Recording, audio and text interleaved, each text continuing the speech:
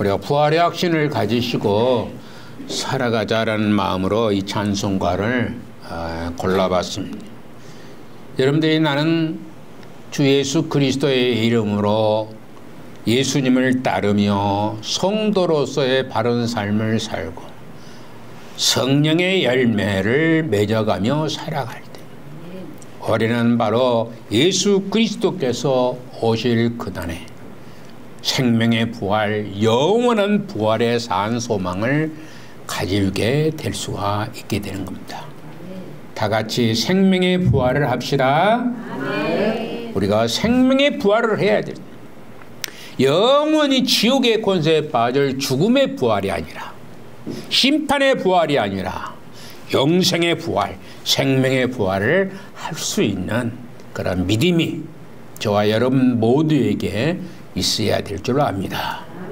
믿음은 요만큼만 있어도 되는 것입니다.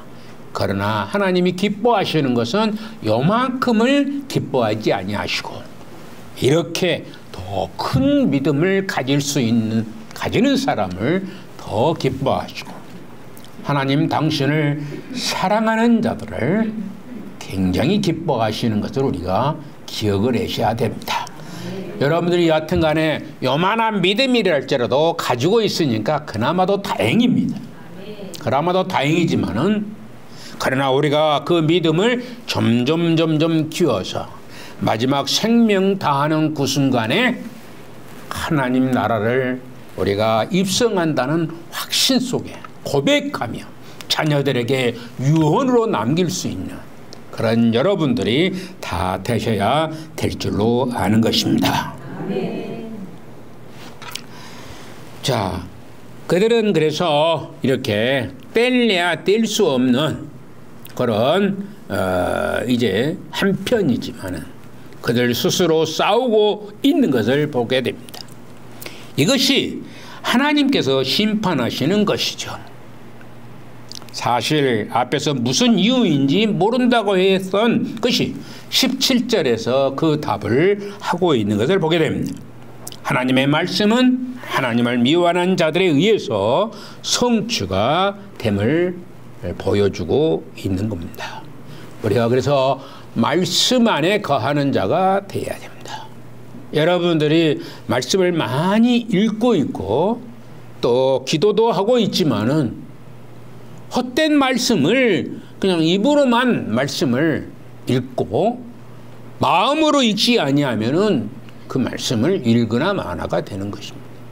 결실을 맺을 수가 없어요. 한마디로 돌 자갈에다가 씨를 뿌려서 거두지 못하는 자와 같은 그런 믿음 생활을 가지게 되는 겁니다. 옥토에 뿌리게 되면은 어땠습니까? 30배, 60배, 100배의 결실을 맺는다라고 분명히 우리 주님은 말씀을 해주시고 있습니다. 그러면 저와 여러분들은 바로 하나님의 말씀을 가슴 깊이 새기고 그 말씀에 따라서 하나님의 선하신 뜻이 어디에 있는지 또 나를 통해서 이루고자 하는 계획이 무엇인지를 기뻐하며 그 말씀을 가슴에 받으시면서 생활해 나가는 자가 음녀의 유혹에 넘어가지 않는 자가 될 줄로 믿습니다. 하나님의 말씀은 하나님을 미워하는 자들에게 의해서도 성취가 됨을 보여주는다고 얘기할 수 있습니다. 그 음녀, 큰 성이 하나님을 미워하는 것입니다. 하나님을 싫어하는 겁니다. 그들을 통해서도 하나님은 당신의 일을 하시는 거예요. 당신의 일을 하고 있는 것입니다. 실질적으로 짐승의 모든 권력을 주시는 것도 결국은 하나님의 말씀이 성취되는 한 과정에 지나지 않습니다. 정치적인 얘기를 해서 죄송하지만은 여러분들 얼마나 지난 세월이 그 윤 대통령이라는 사람 그럼 누가 뽑았어요? 하나님께서 그를 뽑으신 거예요. 사람을 통해서. 비록 0.75%에 따라서 당선이 됐지만 하나님께서 우리나라를 제가 분명히 그때도 얘기했습니다. 당선되기 전에 아마 우리나라가 지금 믿음이 굉장히 땅에 떨어졌다. 그렇다면 하나님이 징계 조치로 이상한 사람이 당선될 것이다라고 분명히 말씀을 드렸었습니다. 그런데 마치 내 말대로 그 겨우 0.75%인가 78%, 그 몇 명 차이로 이렇게 한 명 차이라도 당선될 수가 있거든요. 그래서 나라가 얼마나 시끄러웠는지, 여러분들 살기가 얼마나 복잡했는지 여러분들이 잘 알지 않습니까? 하나님은 그런 자를 통해서 또한 새로운 국가를 만들어가는 다른 또 계획을 세우고 계신 분도 누구시냐? 하나님이시다는 것입니다. 하나님께서 그렇게 하시는 거예요. 그렇게 해서 나라가 잘 평정을 되찾을 수 있는 길, 바로 이것이 바로 나의 뜻이다라고 말씀하시면, 하나님은 오늘날 우리에게 그런 것들을 제공해 주시는 분이 바로 하나님이신 겁니다. 하나님은 그래서 이런 실질적으로 짐승에게 모든 권력을 주시는 것, 결국은 하나님의 말씀이 성취되는 그 한 과정에 지나지 않는 것입니다. 하나님의 말씀이 성취되는 그런 과정이라는 사실이죠. 그래서 그것 때문에 괴로워하고 슬퍼하고 힘들어하지 말고 마음의 평안을 가질 수 있는 믿은 자로서 하나님께서 이루실 분이다는 확신을 가지면서 살아갈 수 있는 저와 여러분이 되어야 될 줄로 믿습니다. 그들이 한데 모아지는 것도 사실은 하나님의 뜻을 이루어가는 과정에 불과한 것입니다. 그래도 악인들은 자기들의 승리라고 한호성을 지르는 것을 볼 수 있게 되는 겁니다. 그들의 멸망을 위해서 하나님께서 계획하신 것을 그들은 전혀 눈치채지 못하고 자기들의 승리인장 북치고 꽹가리를 치지만은 계시는 말씀이 응하기까지 하는 것입니다. 말씀이 응하기까지는 17절에 한번 봅시다. 이는 하나님이 자기 뜻대로 할 마음을 그들에게 주사 한 뜻을 이루게 하시고 그들의 나라를 그 짐승에 주게 하시되 하나님의 말씀이 응하기까지, 하나님의 말씀이 응하기까지 하심이라. 하나님 말씀이 응하기까지 하죠. 다시 말씀드리면은 본절은 열왕과 짐승이 음녀를 배반하였습니다. 멸망시키게 하는 것이 하나님의 주권과 계획에 있음을 기억해야 되고 드러내고 있는 것입니다. 본절은 열왕과 짐승이 음녀를 배반해서 멸망시키게 하는 것이 하나님의 주권과 계획이었음을 나타내고 있는 것입니다. 하나님이 자기 뜻대로 할 마음을 저희에게 주시는 하나님께서 심판의 도구로서 악의 세력을 사용하심을 시사하고 있는 겁니다. 심판의 도구로 사용하기 위해서 얘기하고 있는 거예요. 하나님은 사단의 세력을 사이에 일어난 분열, 즉 열왕과 짐승이 열합하여서 자신들의 편이 되었던, 자신의 편이었던 음녀를 공격하는 것을 그대로 두시고 있는 것을 보게 됩니다. 그래서 음녀가 멸망에 이르도록 하는 겁니다. 큰 성들이 망하게 된다는 것을 말하고 있습니다. 이러한 하나님의 심판은 사단의 세력이 멸망당하리라는 예언이 성취될까지 지속되고 있다는 것입니다.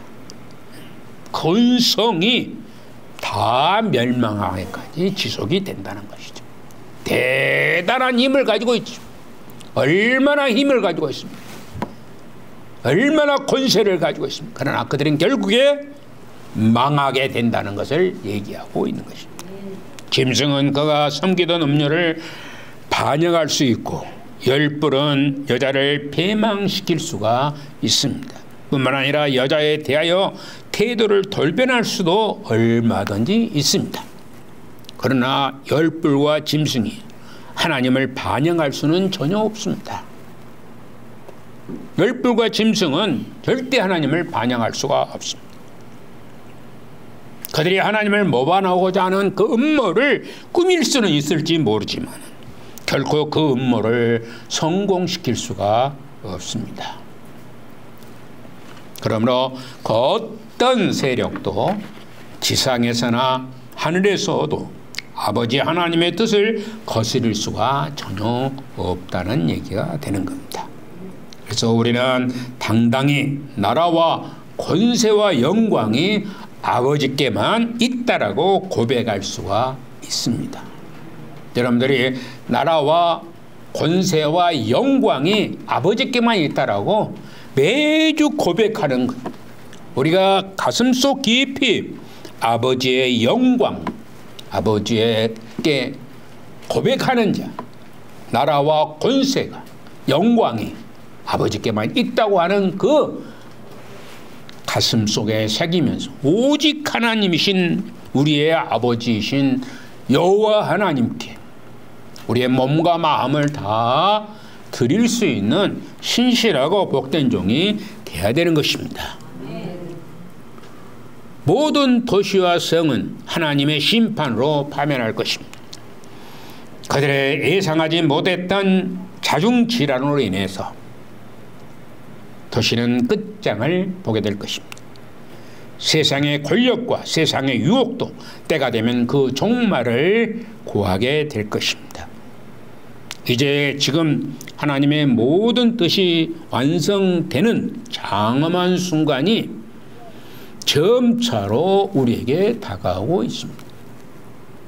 그러므로 사랑하는 성도 여러분들은 세상의 박해에 두려워할 필요도 없고 떨 필요도 사실상 없습니다. 그리고 그 유혹에도 넘어가지 말아야 할 것입니다.